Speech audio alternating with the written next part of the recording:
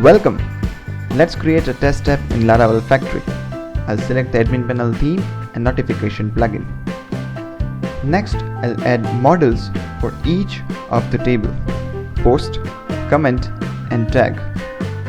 I'll quickly add columns for each of these models. A post can have a title, content, and an image. System is smart enough to guess the type of the column from its name.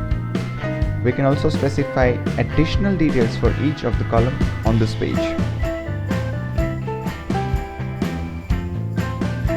Columns are done. Let's move to relationships. A post can have many comments, and we can specify that with just drag and drop.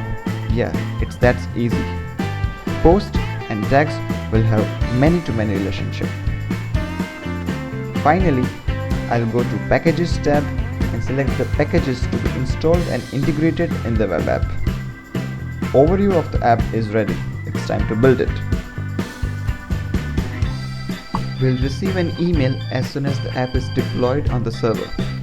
Each of the model has the functionality to create, retrieve, edit, and delete the records, with the code for relationships and packages. The admin panel theme and notification plugin are the ones that you selected. The email also contains the link to download the files locally, as well as the list of files that were created or modified by Laravel Factory. Of course, this change our version control for you to check.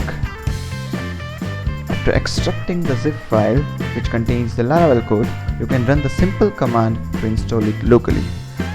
That's it. Just go ahead and try your first web app for free. All the best.